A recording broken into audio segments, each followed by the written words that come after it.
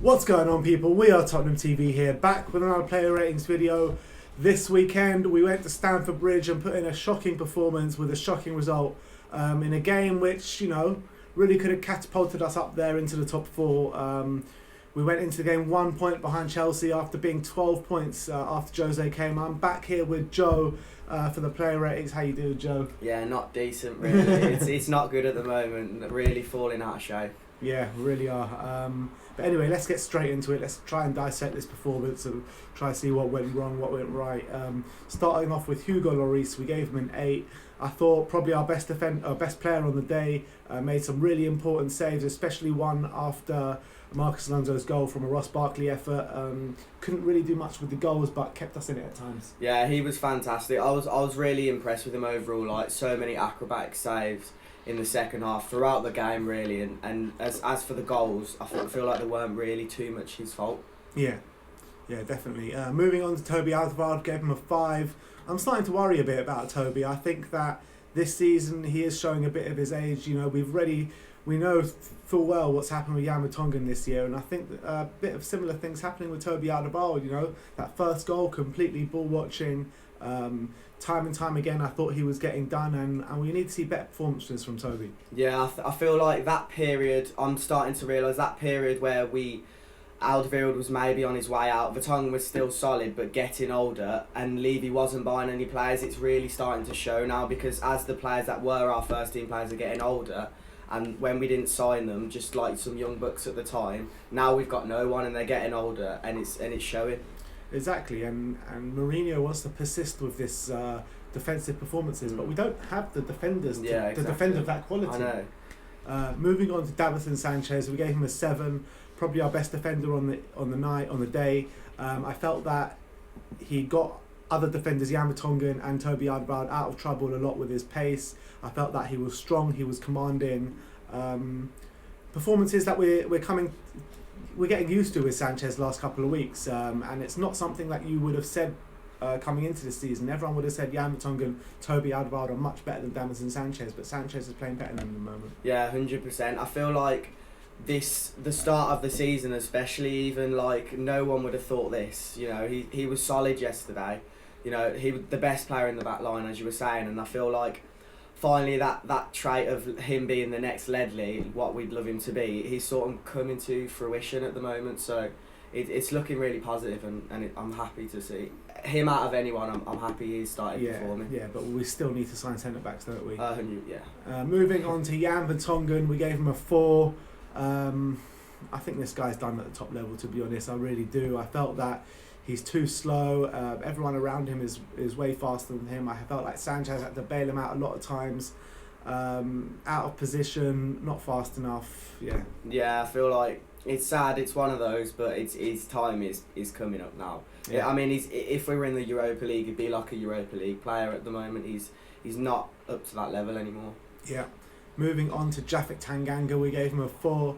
I felt he was really out of position for Marcus Alonso's goal. He started right back, and I felt that probably Aurier should have started that right back role. Just not good enough for Japhet. I know he's a young player, but he's completely thrown at the deep end playing right back against Chelsea. He did nearly score with a marauding run, which Willy Caballero just left. But apart from that, nothing of note from Japhet. Yeah, that pass went like sort of to himself and then ran onto it. I was like, I didn't know what was happening, but I thought for that moment he had a bit of pace, and it was just a weird moment in the game. But as for the second goal, he was just ball watching. Like, the ball comes past him, and I feel like on his day, I know he's still young, but against Liverpool, he would have come out and just whacked it out or blocked it or done whatever he does. But I don't know what happened to him yesterday. Yeah, I don't know. Look, every player's due a bad performance. Japhet's been absolutely sensational since he's come in the side, so I don't want to talk too badly about him.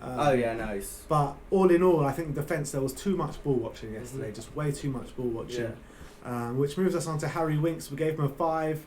He was in that kind of holding role again in midfield, which we've said he's been playing well recently, but not this game, was he? Yeah, it was just a sloppy performance all round. He got a stupid yellow card, like pulling his shirt and trying to trip him up. Like, I don't know what he's thinking really. Like, I know it's a big game and it's against the rivals, but it was a sloppy performance, and we've been praising him over the last few weeks, but yeah, the whole squad just wasn't on form yesterday.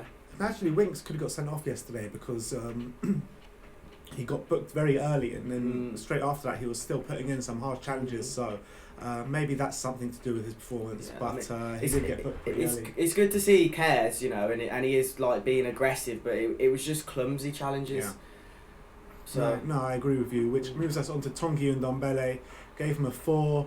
I thought that was his worst performance in a Spurs shirt, to be honest. I felt that every time he got the ball in the middle, he was trying to overcomplicate things. Sometimes you just get the ball and pass it simply, especially in a game like this, you know, where we're going to be relying so much on keeping the ball in the middle of the park. Like, Tongi and Ndombele, every time he got the ball, he was trying to overcomplicate things, trying to take it past his man, which I love to see him try and take it past his man, but if it's not working once, not working twice, not working 3 times, don't keep trying to do the same thing. Keep it simple. Yeah. Pass it to your man. He was getting overcrowded in that middle of the park. It was clearly something that Chelsea were going for, trying to target him and overcrowding him in midfield. So he's got to find a way around that.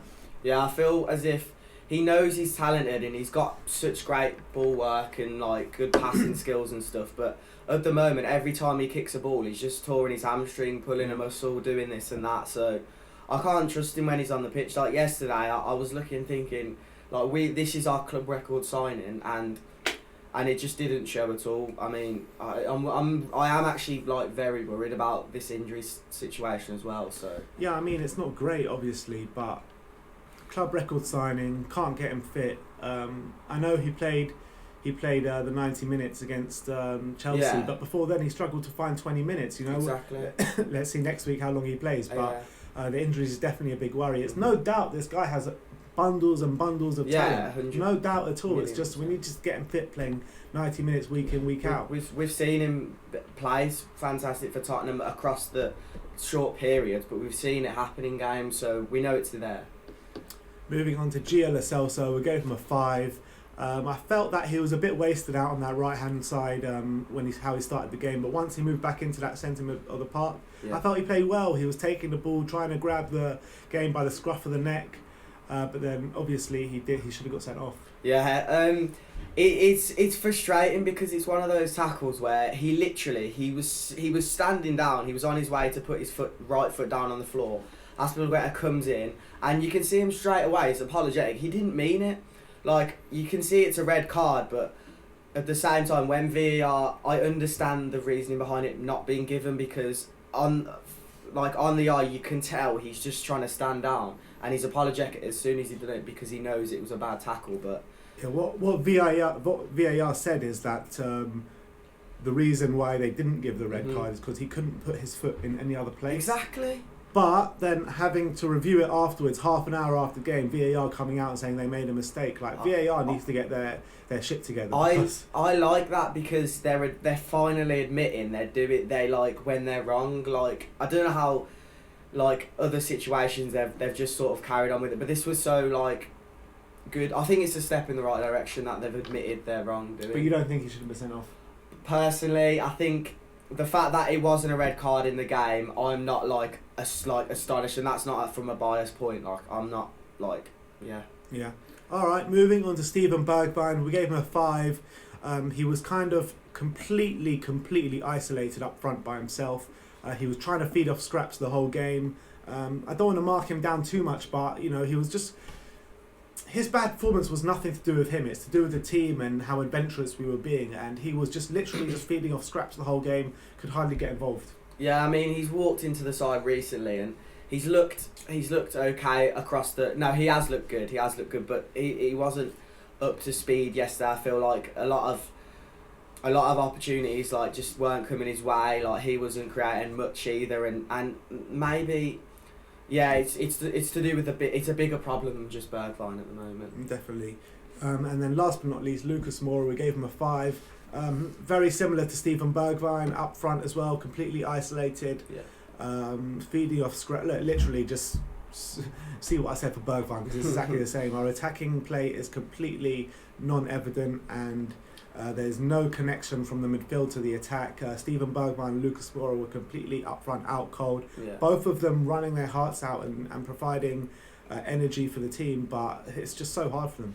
Yeah, it's looking peak up front at the moment. Like, I can't even lie. Like, the amount of I don't see anything. Like, I don't see. It's just empty. Like, when you see the attack, I don't think of opportunities where we could score. And with Sonny, you know, he can run into these positions. Like, even against Chelsea, remember that goal at Wembley? Yeah. Like, those sort of things, I can't Still see. I can't see it happen on the moment. Yeah. At the moment, it's. Moving on to Jose Mourinho. Yeah. How do you felt that he set up the team? Do you think it was the right way to set up the team? Do you think he could have done anything different? Yeah, I think, well, we had 4 changes coming into the game from Leipzig, obviously.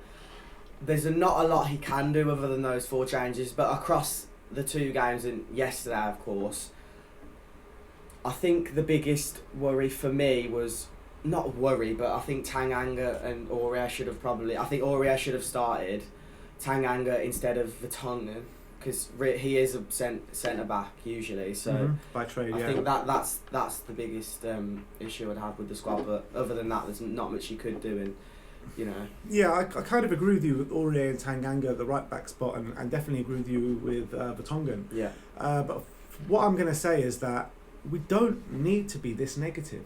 We just don't need to be. I don't get it. Look at Chelsea starting, who they started up front. Mason Mount, Olivier Giroud, I can't even remember who the other guy was. Had to be Giroud. You know what I mean? Like, they're playing those players up front. We've got Bergwijn, Lucas, Giovanni Lo Celso, Ndombele, who can all create. I don't understand why we're persisting with these negative tactics. 5 at the back. Just because we don't have Kane and Son, it doesn't mean we can't create. No, 100%. I understand that, and it's still early on for Jose, but when you set up for games, to be fair though, for the first half of the City game, it was similar. We sat back and then we came out in the second half, and that paid off. The game plan goes out the window when Giroud scored. That's true as well, and that's when you look at the manager and say, what are you going to do now? And nothing really seemed to be impacted until the substitutes came on. It seems like he's only got one way to play, especially in the big games. You know, when you look at it, the City game, the Liverpool game, the Chelsea game, 2 Chelsea games now, some of the Champions League games, it's like we play in exactly the same way. Yes, we haven't been conceding that many goals because Lloris has been on fire, and we've been lucky with other teams not finishing us off. And especially the Man City game, you know, they should have been well in front before we scored our goals. Leipzig game, they could have been 4 or 5-0 up in that first half. The Chelsea game, you know, they missed a host of chances, you know.